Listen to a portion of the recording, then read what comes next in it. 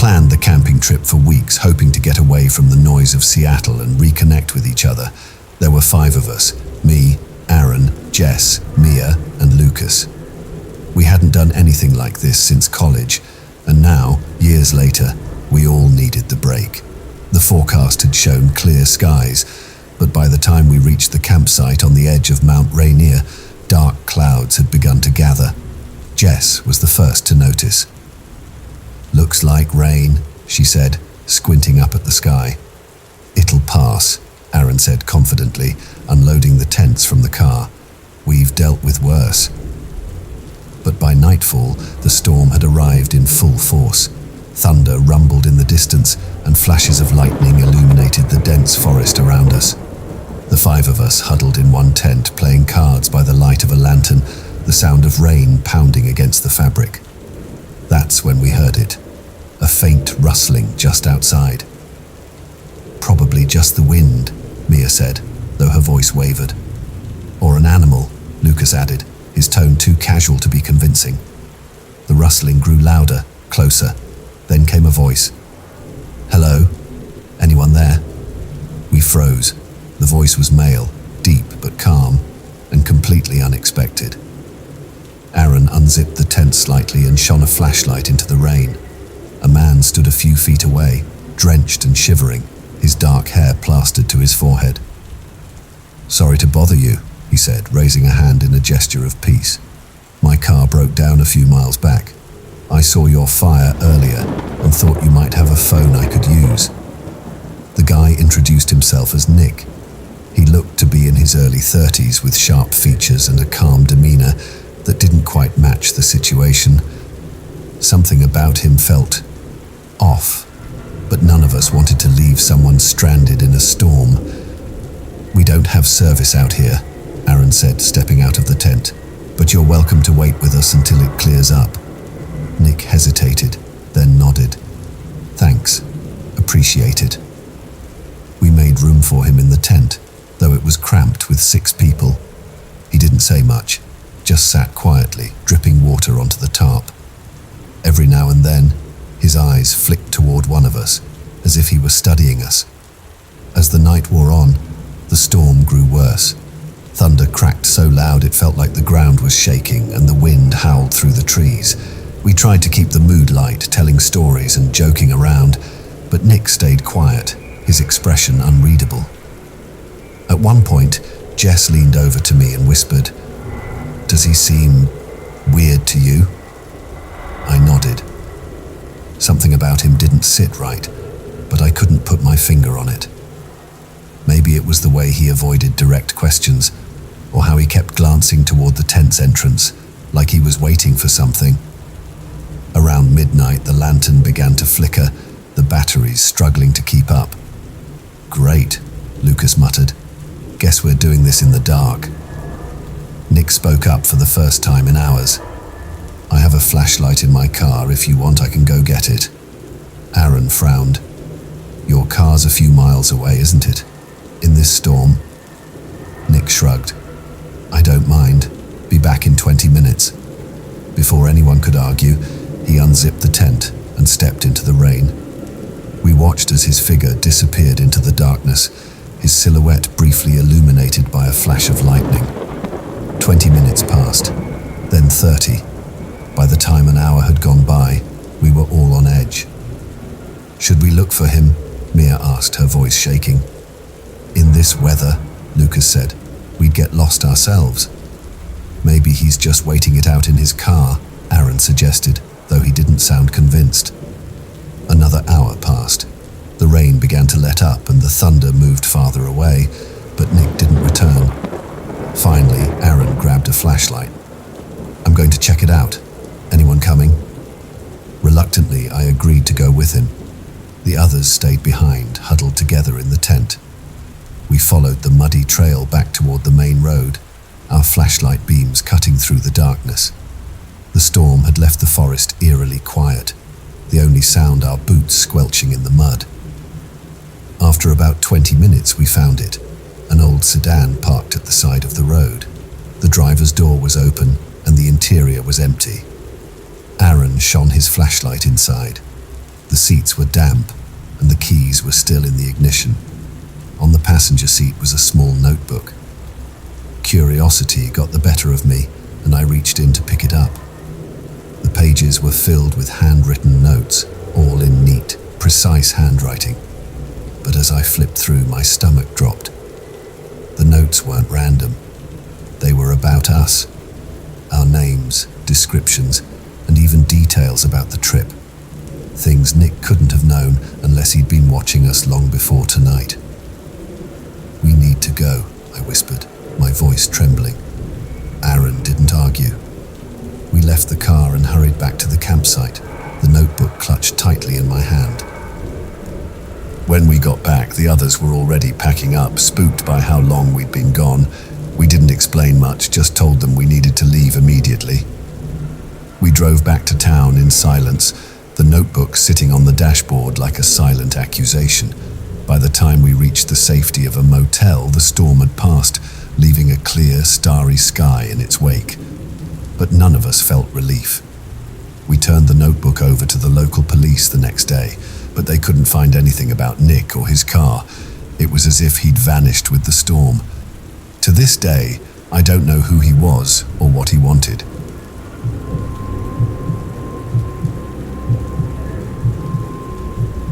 I'd always loved thunderstorms. Growing up in Kansas City, where the sky could go from calm to chaos in minutes, I'd sit by the window and watch the lightning streak across the horizon. But that night was different. That storm wasn't something to admire, it was something to fear. It started just after 8 p.m. The first rumble of thunder shook the windows of my small suburban house. I was alone, sprawled on the couch with a cup of tea and a mystery novel. The forecast had called for heavy rain, but as I glanced out the window, I could see the wind picking up, twisting the trees in ways that made my stomach churn. The lights flickered. I sighed and grabbed the flashlight from the side table, just in case. The power going out wasn't uncommon during storms, but tonight it felt more like a warning. The rain started soon after. It came down in sheets, pounding against the roof and windows. I put the book aside and turned on the local news. The meteorologist's calm voice described severe weather warnings, high winds, torrential rain, and potential tornadoes. I tried to focus on the broadcast, but something outside caught my attention. The motion-activated porch light had flicked on. I frowned, leaning closer to the window. The rain blurred everything, but I could just make out a figure standing at the edge of the yard. My first thought was that it might be a neighbor. Maybe someone's car had broken down and they'd come to ask for help. But as I squinted through the downpour, I realized whoever it was wasn't moving. They just stood there, half hidden by the shadows of the trees, facing the house. A clap of thunder shook the walls and I jumped. When I looked back, the figure was gone. I told myself it was the storm playing tricks on me. Rain and darkness could make anything seem sinister. Still, I locked the front door and double-checked the back. The last thing I needed was a surprise visitor in the middle of the night. The storm intensified. The wind howled, rattling the shutters, and the lightning lit up the entire neighborhood in brief, blinding flashes. Each time it did, I found myself glancing toward the yard, half expecting to see the figure again. Just after 9 p.m., the power went out. The house plunged into darkness, save for the faint glow of my flashlight. I grabbed my phone to check the weather radar, but the signal was weak. The storm was directly overhead, a swirling mass of red and orange on the screen.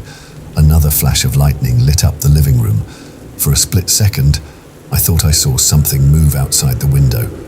My heart pounded as I approached, peering through the rain-streaked glass. The yard was empty. I tried to calm myself, telling myself it was just the storm making me jumpy. I lit a few candles and sat back on the couch, wrapping a blanket around my shoulders. The thunder rolled on, and I closed my eyes, listening to the rhythm of the rain. Then I heard it, a faint tapping sound coming from the back door.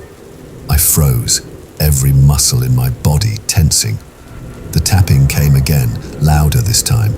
It wasn't the wind or the rain. It was deliberate. Grabbing the flashlight, I crept toward the kitchen. The tapping stopped as I approached. I held my breath, shining the light at the back door. The glass panes were fogged from the temperature difference, but I could see the faint outline of a handprint pressed against the glass. I backed away, my mind racing. Whoever it was, they weren't trying to be subtle.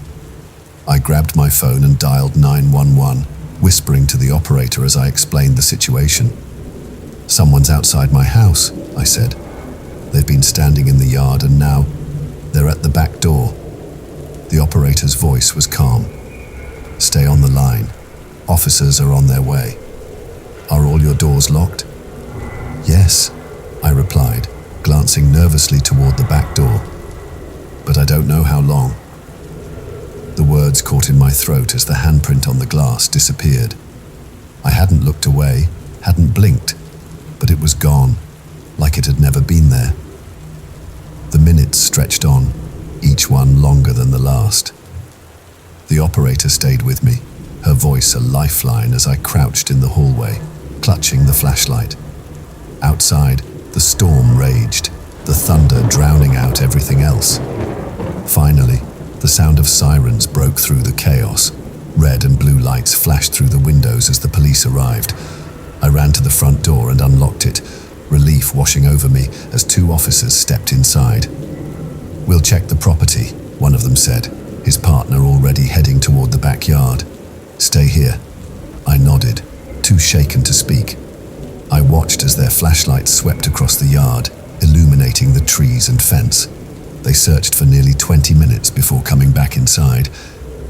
"We didn't find anyone," the officer said, "but we did see footprints near the back door. They lead toward the woods, but the rain's washing them away fast." "What should I do?" I asked, my voice barely above a whisper. "Keep your doors locked and call us if you see anything else," he said. "We'll have a patrol car in the area for the rest of the night." After they left, I stayed awake, every creak of the house making me jump. The storm finally passed around 2 a.m., leaving the air heavy and still. By morning, the yard was quiet, the only evidence of the night before being the trampled grass near the back door. I don't know who was out there or what they wanted, but every time a storm rolls in now, I find myself watching the yard, waiting to see that figure again.